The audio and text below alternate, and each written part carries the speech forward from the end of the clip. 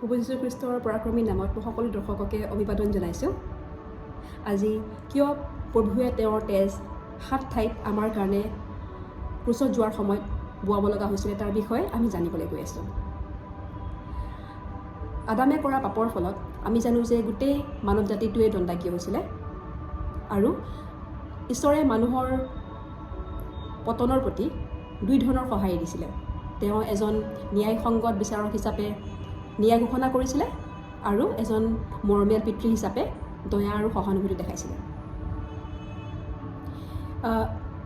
ঈশ্বৰেই প্ৰথম বলি কৰি পেলাই জন্তুটোৰ তেজ বোৱাইছিলে আৰু তাৰ ছালেৰে মানুহৰ উদঙতা ঢাকিবলৈ আৱৰণ আৰু প্ৰায়চিত্ৰৰ কাৰণে উপায় কৰিছিলে। আমি দেখিছোঁ যে কেনেকৈ ঈশ্বৰে প্ৰথমৰ পৰা মানুহক মৰম কৰিছে আৰু বিভিন্ন মানুহক তেওঁ তেজৰ উপকাৰিতা, তেজৰ প্ৰয়োজনীয়তাৰ বিষয়ে শিকাইছে। সেইকাৰণে ঈশ্বৰৰ বাক্যত আমি দেখিছোঁ যে কিমান বিভিন্ন মানুহ যেনে হাবেল, নূহ, আব্ৰাহাম, ইছাক, জাকুব, ইজৰাইলৰ বংশৰ যোনেই ঈশ্বৰৰ সৈতে সম্পৰ্ক কৰিব বিচাৰিছিলে বা ঈশ্বৰৰ লগত একেলগে চলিব বিচাৰিছিলে, তেওঁৰ অনুগ্ৰহ বিচাৰিছিলে, তেওঁলোকে তেজ বলি কৰিব লগা হৈছিলে।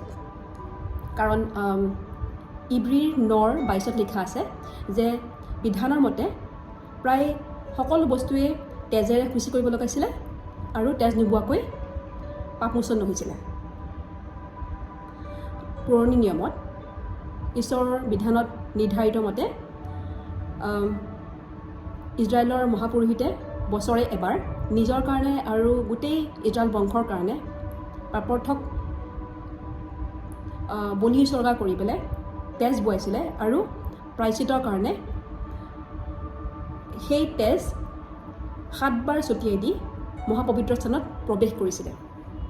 ইয়াৰ বিষয়ে আমি লেবী পুস্তকৰ 16 পঢ়িছোঁ। আৰু এইটো তেওঁ প্ৰত্যেক বছৰে কৰিব লগা হৈছিলে। কিন্তু নতুন নিয়মত আমি বছৰে বছৰে আৰু বলি নকৰোঁ, কিয়নো প্ৰভু যীশুৱে নিজেই আমাৰ কাৰণে মহাপুৰোহিত, তেওঁৱেই আমাৰ ঈশ্বৰৰ মেৰ পোৱালি, তেওঁৱেই অফাৰাৰ, তেওঁৱেই অফাৰিং, তেওঁৱেই বলি দিওঁতা, তেওঁৱেই আমাৰ কাৰণে বলি হ'ল। তেওঁৱেই একমাত্ৰ পাপৰ্থক বলি উচৰ্গা হৈ পেলাই সদাকালৰ কাৰণে ঈশ্বৰৰ সোঁহাতে বহিলে। সেইকাৰণে আমি আৰু বলি কৰিব নালাগে, কিন্তু প্ৰভু যীশুৱে যিখিনি কৰিলে আমাৰ কাৰণে, তেওঁ আমাৰ কাৰণে কি কৰিলে সেইটো আমি জানিব লাগে, যাতে আমি সেইটো আমাৰ জীৱনত প্ৰয়োগ কৰিব পাৰোঁ, আমাৰ জীৱনত যাতে আমি সেই তেজটো বিশ্বাসেৰে লগাব পাৰোঁ। চাবলৈ গ'লে শয়তান আৰু তাৰ গোটেই সাম্ৰাজ্যখন ধ্বংস কৰিবলৈ প্ৰভু যীশুৰ এটোপাল তেজে যথেষ্ট আছিলে।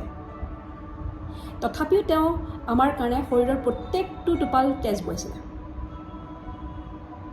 লেবী পুস্তকৰ 17:11 লিখা আছে যে শৰীৰৰ প্ৰাণ তেজত থাকে।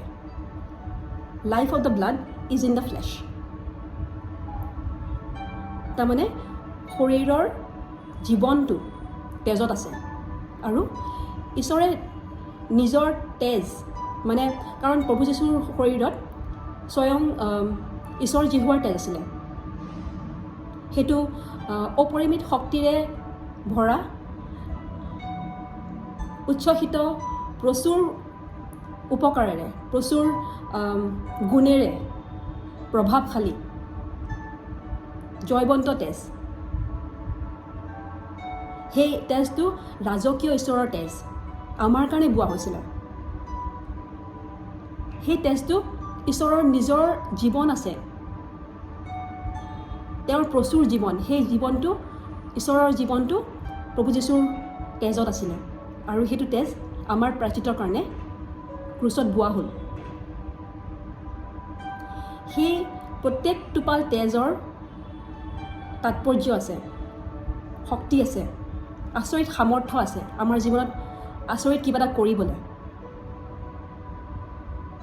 তেওঁ 7 ঠাইত যে বোৱাইছিলে তেজটো, প্ৰথমবাৰ তেওঁ তেজ বোৱাইছিলে গেটছেমানি নামৰ বাগিচাত, য'ত তেওঁ ঈশ্বৰৰ ইচ্ছাৰ বশীভূত হ'বলৈ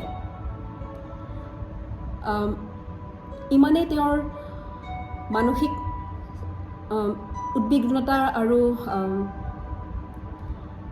মানসিক চাপেৰে যাবলগীয়া হৈছিলে যে তেওঁৰ ঘামটো তেজলৈ পৰিণত হৈছিলে। আৰু সেই তেজ যি তেওঁ বোৱাইছিলে সেইটো আমাৰ ইচ্ছা শক্তিটো মুক্ত কৰিবলৈ, যাতে আমি আমাৰ প্ৰাণটো সুস্থ হয়। দ্বিতীয়বাৰ তেওঁ তেজ বোৱাইছিলে তেওঁৰ মুখৰ পৰা, যেতিয়া তেওঁৰ মুখত ইমান বেয়াকৈ আঘাত কৰা হৈছিলে, দাঢ়িবোৰ ছিঙি দিয়া হৈছিলে, যাতে মানুহে যেতিয়া আমাক দেখে প্ৰভু যীশুক যেন আমাৰ মুখত দেখা পায়, যাতে তেওঁ আমাক আমাৰ প্ৰতিচ্ছবিটো পুনৰুদ্ধাৰ কৰি দিব পাৰে। তাৰ কাৰণে নিজৰ তেজ বোৱাইছিলে মুখৰ পৰা।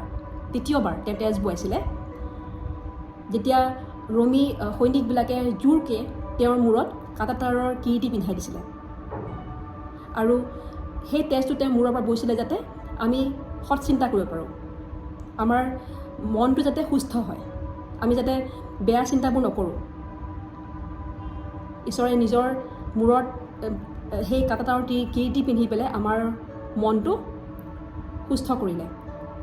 চতুৰ্থবাৰ প্ৰভু যীশুৱে তেওঁৰ তেজ বোৱাইছিলে যেতিয়া 39টা চাবুকৰ কোব পিঠিত পৰিছিলে, আৰু এটা এটা চাবুকৰ কোব তেওঁ খাইছিলে যাতে আমাক সকলো ৰোগৰ পৰা তেওঁ সুস্থ কৰিব পাৰে।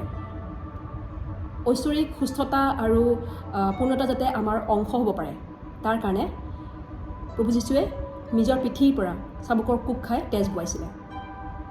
পঞ্চমবাৰ তেওঁ তেজ বোৱাইছিলে নিজৰ হাতৰ পৰা, যেতিয়া হাতীখন গজাল মৰা হৈছিলে, যাতে আমি কৰা সকলো কাম সফল হয়, যাতে আমি যিহতে হাত দিওঁ সেইটোৱে যেন আশীৰ্বাদ প্ৰাপ্ত হয়। ষষ্ঠবাৰ তেওঁ তেজ বোৱাইছিলে তেওঁৰ ভৰিৰ পৰা, যাতে আমি বিপথে নগৈ পেলাই ঈশ্বৰৰ লগত একেলগে চলিব পাৰোঁ। সপ্তমবাৰ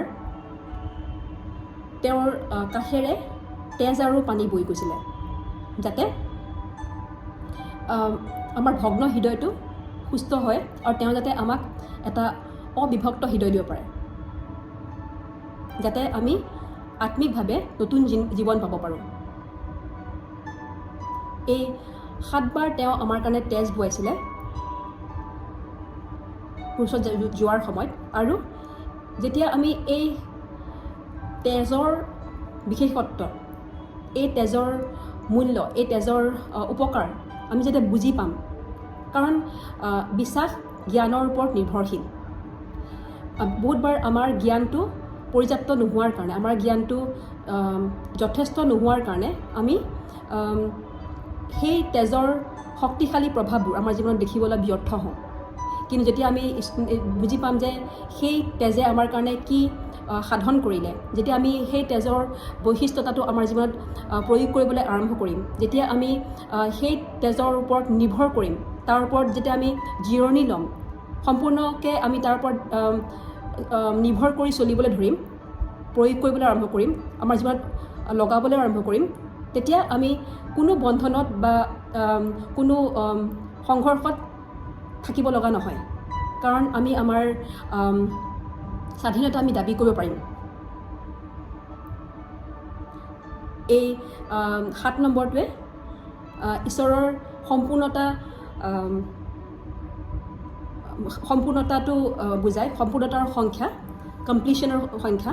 তাৰমানে আমি এইটো বিষয়ে আৰু শিকিবলৈ গৈ আছোঁ।